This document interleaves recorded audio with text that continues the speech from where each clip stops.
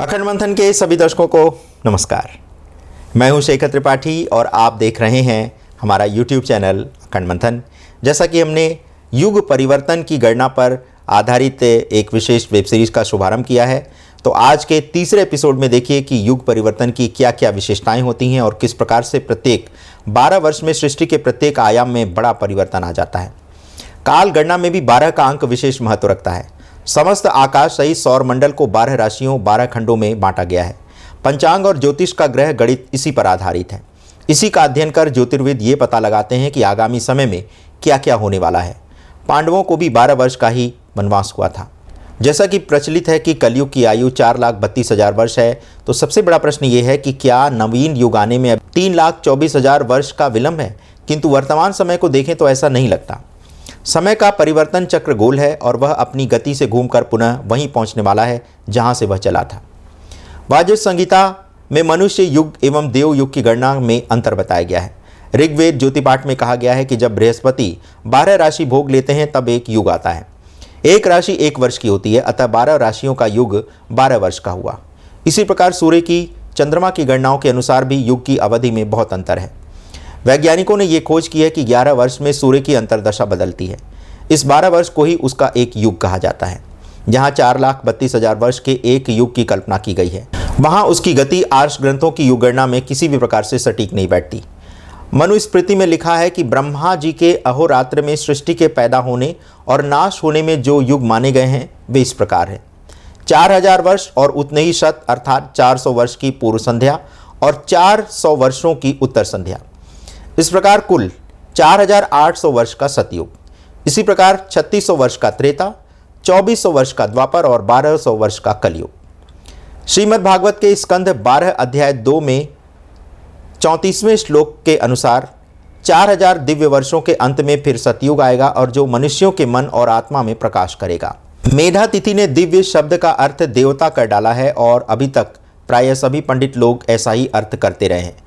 किंतु एक मानुषी वर्ष के बराबर देवताओं का एक दिन होता है, अतः यह विचार करके मेधातिथि ने भ्रम से 1,200 वर्षों का कलयुग समझा और उन्हें देव वर्ष मानकर उसमें 360 से गुणा करके उसे 4,32,000 वर्ष बना दिया और कलयुग की आयु लिख दी, जो कि सर्वथा मिथ्या है।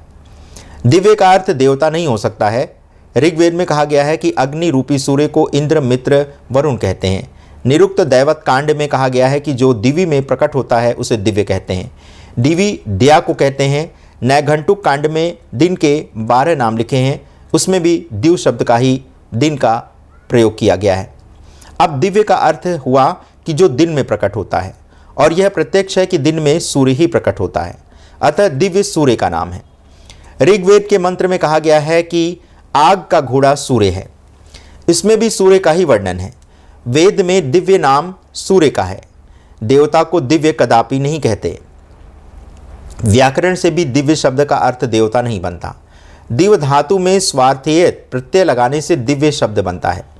इसकी व्युत्पत्ति ये हुई कि दिव्य भवम दिव्यन अर्थात जो दिव्य में प्रकट होता है, अतः दिव्य केवल सूर्य को ही कहते हैं। दिव्य दीव को कहते हैं और दीव दिन का नाम है। देवता शब्द दूसरे देवातल आदि सूत्रों से बनता है। इस कारण भी दिव्य और देवता शब्दों का आपस में कोई संबंध नहीं है। दिव्य शब्द और देवता शब्द बनाने के रूप ही अलग अलग हैं। कुल्लूक भट्ट ने तो अपनी मनुस्मृति की टीका में लिखा है कि चारों युग मनुष्यों के हैं, इनके बराबर देवताओं का एक युग होता है, इसलिए सतयुग 4,800 वर्षों का और कलयुग 1,200 वर्षों का ही हुआ। मेधातिथि ने चारों युगों को देवताओं के युग और उनके वर्षों को देव वर्ष लिखा है, जिसका खंडन कुल्लूक भट्ट 500 वर्ष पहले ही कर चुके हैं। वास्तव में सूर्य की उत्तर दक्षिण गति को ही दिव्य वर्ष कहते हैं, जिसकी गति संख्या 360 है, अर्थात उत्तरायण के 6 मास और दक्षिणायन के 6 मास के 360 दिन रात मनुष्यों के हुए। इसी को दिव्य वर्ष कहते हैं। अतः दिव्य देवताओं का वर्ष नहीं है। इसलिए जो आगे 360 से 1,200 को गुणा करके आए हैं, वह गुणा ना किया तो कलयुग की आयु ठीक 1,200 वर्षों की ही हुई। हरिवंश पुराण के भविष्य पर्व में भी युगों की गणना इसी प्रकार की गई है कि हे अरिंदम, मनुष्य लोक के दिन रात का जो विभाग बतलाया गया है उसके अनुसार युगों की गणना सुनिए। 4,000 वर्षों का एक कृतयुग अर्थात सतयुग होता है और उसकी संध्या 400 वर्ष की तथा उतना ही संध्यांश होता है। त्रेता का परिणाम 3000 वर्ष का है और उसकी संध्या तथा संध्यांश भी 300 वर्ष का होता है। द्वापर का 2000 वर्ष कहा गया है और उसकी संध्या तथा संध्यांश 200 वर्षों के होते हैं। कलयुग को विद्वानों ने 1000 वर्ष का बतलाया है और उसकी संध्या तथा संध्यांश भी 100 वर्ष होते हैं। भागवत के तृतीय स्कंद में कहा गया है 4, 3, 2 और 1। कृतादि युगों में यथाक्रम दैवी गुण सैकड़ों की संख्या में बढ़ती है। आशय यही है कि सतयुग को 4000 वर्ष में 800 वर्ष जोड़ करके 4800 वर्ष का माना गया है। इसी प्रकार शेष तीनों युगों की कालावधि समझी जाए। कुछ स्थानों पर मनुष्य के व्यवहार के लिए 12 वर्ष का एक युग भी माना गया है, जिसको 1000 से गुणा करने पर वह देव युग होता है, जिसमें चारों महायुगों का समावेश हो जाता है। इस प्रकार 12 वर्ष के देव युग को फिर 1000 से गुणा करने पर 1,20,00,000 वर्ष ब्रह्मा का एक दिन हो जाता है, जिसमें सृष्टि की उत्पत्ति और लय होता है। भगवान कृष्ण ने गीता में इसी युग की बात कही है। अहोरात्र को तत्वतः जानने वाले पुरुष समझते हैं कि 1000 महायुगों का समय ब्रह्मदेव का एक दिन होता है और ऐसे ही 1000 युगों की उसकी रात्रि होती है। लोकमान्य तिलक ने इसका अर्थ स्पष्ट करते हुए लिखा कि महाभारत मनुस्मृति में इस युग गणना का स्पष्ट विवेचन आता है। लोकमान्य तिलक के अनुसार हमारा उत्तरायण देवताओं का दिन है और हमारा दक्षिणायन उनकी रात्रि। क्योंकि स्मृति ग्रंथों और ज्योतिष शास्त्रों की संहिताओं में भी उल्लेख मिलता है कि देवता मेरु पर्वत अर्थात उत्तर ध्रुव पर रहते हैं, अर्थात 2 अयनों में 6 मास का हमारा एक वर्ष देवताओं के एक दिन रात के बराबर होता है और हमारे 360 वर्ष देवताओं के 360 दिन रात अर्थात 1 वर्ष के समान होते हैं। सतयुग, त्रेता, द्वापर और कली ये 4 युग माने गए हैं। युगों की गणना इस प्रकार है कि सतयुग 4000 वर्ष, त्रेता युग 3000 वर्ष, द्वापर 2000 वर्ष और कलयुग 1000 वर्ष है। परंतु एक युग समाप्त होते ही दूसरा युग एकदम से आरंभ नहीं हो जाता। बीच में 2 युगों के संधिकाल में कुछ वर्ष व्यतीत होते हैं। इस प्रकार सतयुग के आदि और अंत में प्रत्येक और 400 वर्ष, त्रेता युग के आदि और अंत में प्रत्येक और 300 वर्ष और द्वापर युग के आदि और अंत में प्रत्येक और 200 वर्ष और कलयुग के आदि और अंत में प्रत्येक और 100 वर्ष का संधिकाल होता है। सब मिलाकर चारों युगों का आदि अंत सहित संधिकाल 2000 वर्ष का होता है। ये 2000 वर्ष और पहले बताए हुए सांख्य मतानुसार चारों युगों के 10,000 वर्ष मिलाकर कुल 12,000 वर्ष होते हैं। इन गणनाओं के अनुसार ये पता चलता है कि वर्तमान समय संक्रमण काल का है। प्राचीन ग्रंथों में हमारे इतिहास को 5 कल्पों में बांटा गया है। हेमत कल्प 10,98,000 वर्ष विक्रमीय पूर्व से आरंभ होकर के 8,58,000 वर्ष पूर्व तक। हिरण्यगर्भ कल्प 8,58,000 वर्ष विक्रमी पूर्व से आरंभ होकर के 6,18,000 वर्ष पूर्व तक। ब्रह्मकल्प 6,18,000 वर्ष विक्रमी पूर्व से आरंभ होकर के 3,78,000 वर्ष पूर्व तक।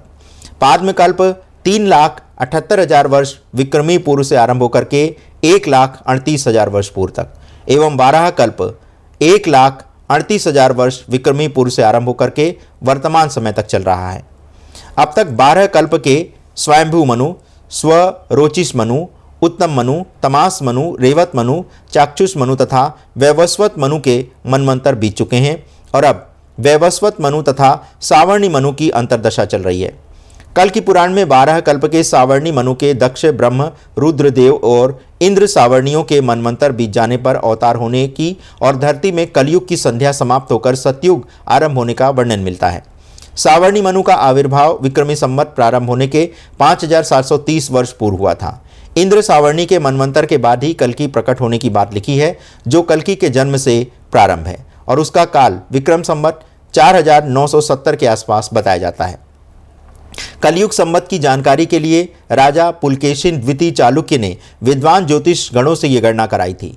दक्षिण भारत के इहुल नामक स्थान में प्राप्त शिलालेख में भी ये उल्लेख संवत 1969 से 1970 के बीच पाया जाता है। इससे यही सिद्ध होता है कि भारत के बौद्ध प्रभाव को निरस्त करने वाले कल्कि का प्रकट संवत 1969 से 1970 के आसपास हो चुका है। इस संबंध में पुरातन इतिहास शोध अधिष्ठान मथुरा की ऐतिहासिक गवेषणाएं बहुत महत्वपूर्ण हैं। उसके शोधकर्ता ने भी उक्त तथ्य को माना है और अपनी विज्ञप्ति में ज्योतिष गणना का उल्लेख करते हुए स्वीकार किया है। इस समय ब्रह्मरात्रि का तमोमय संधिकाल चल रहा है, तो इस गणना से तो ये ज्ञात होता है कि 1970 के पश्चात से अब तक का समय सतयुग कलयुग का संधिकाल चल रहा है और कल्कि अवतार 1970 के आसपास हो चुका है। काल की गणना को और भी विस्तार से हम समझाएंगे अपने चौथे एपिसोड में। तब तक के लिए हमें अनुमति दें। जाते जाते बस इतना ही अनुरोध करेंगे कि उपरोक्त जानकारी हमने वेद शास्त्रों के आधार पर एकत्र की है और आपको ये बताने का प्रयास किया है कि जब जब दो युगों का संधिकाल आता है तब तब प्रकृति करवट लेती है और उथल पुथल मचती है।